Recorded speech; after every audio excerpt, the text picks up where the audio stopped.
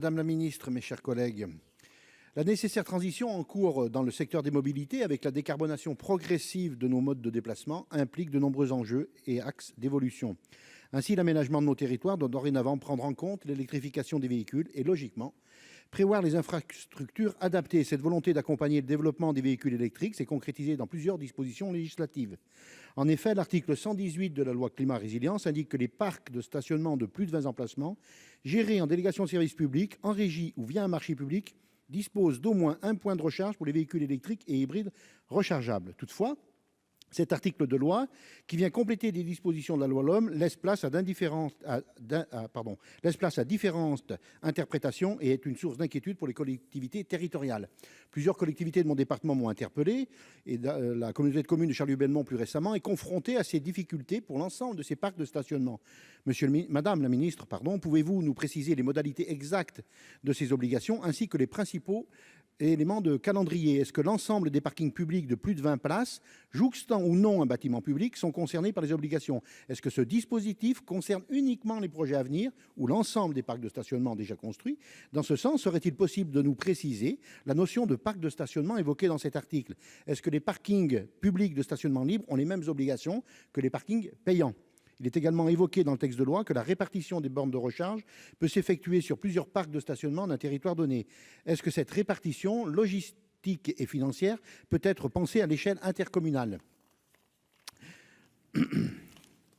Enfin, le questionnement du financement de ces installations inquiète également fortement les collectivités. Comme souvent, l'État annonce de belles dispositions qui doivent finalement être portées par les collectivités sans aucun accompagnement face à de nouvelles charges dans des budgets déjà particulièrement limités. Sur ce dispositif, l'accompagnement de l'État est indispensable. Pouvez-vous nous indiquer si le gouvernement compte prendre des engagements pour accompagner financièrement et logistiquement les collectivités territoriales à ce sujet? Est-ce que le fonds vert annoncé par Madame la Première ministre pourrait participer à ce soutien financier?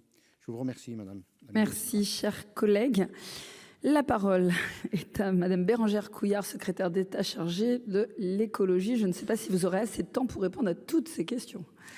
Je vais tenter, Madame la Présidente. Mesdames et Messieurs les sénateurs, Monsieur le sénateur Tissot, pour atteindre la neutralité carbone en 2050, l'État engage résolument la transition vers les véhicules électriques nécessitant l'installation de bornes de recharge. La LOM donne ainsi la possibilité aux EPCI, autorités organisatrices de mobilité et autorités organisatrices de distribution d'électricité, de réaliser des schémas directeurs de développement des infrastructures de recharge ouvertes au public.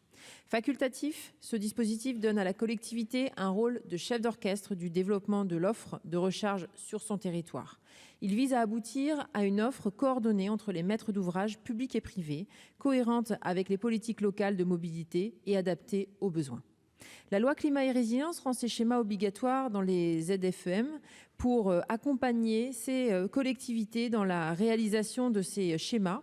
L'État a publié un guide méthodologique et met à leur disposition plusieurs jeux de données en open data. Par ailleurs, la Banque des territoires pourra être mobilisée sur l'élaboration d'un schéma directeur lorsque celle-ci s'appuie sur un prestataire externe. La LOM prévoit en outre que jusqu'à fin 2025, le raccordement au réseau public de distribution d'électricité, des IRVE, s'inscrivant dans un schéma directeur peut être pris en charge jusqu'à 75%. Un arrêté ministériel en cours de finalisation définira les modalités précises d'application. La LOM porte également dans le Code de la construction et de l'habitation l'obligation d'équiper dès 2025 d'un point de recharge par tranche de 20 places les parkings de tous les bâtiments non résidentiels, qu'ils soient privés ou publics. Dans le cadre de la loi Climat Résilience, les collectivités ont une obligation assez similaire d'équiper d'un point de recharge par tranche de 20 places et d'ici 2025, les parcs de stationnement en délégation de service public, en régie ou gérés par un marché public. Le gouvernement a renforcé les mesures de soutien au déploiement de ces infrastructures de recharge.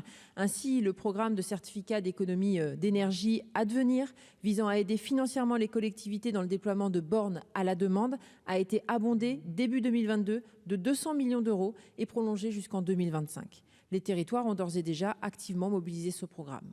Et en complément, le gouvernement a annoncé dans le cadre de France 2030 une enveloppe de 300 millions d'euros pour des appels à projets de déploiement de stations de recharge à haute puissance.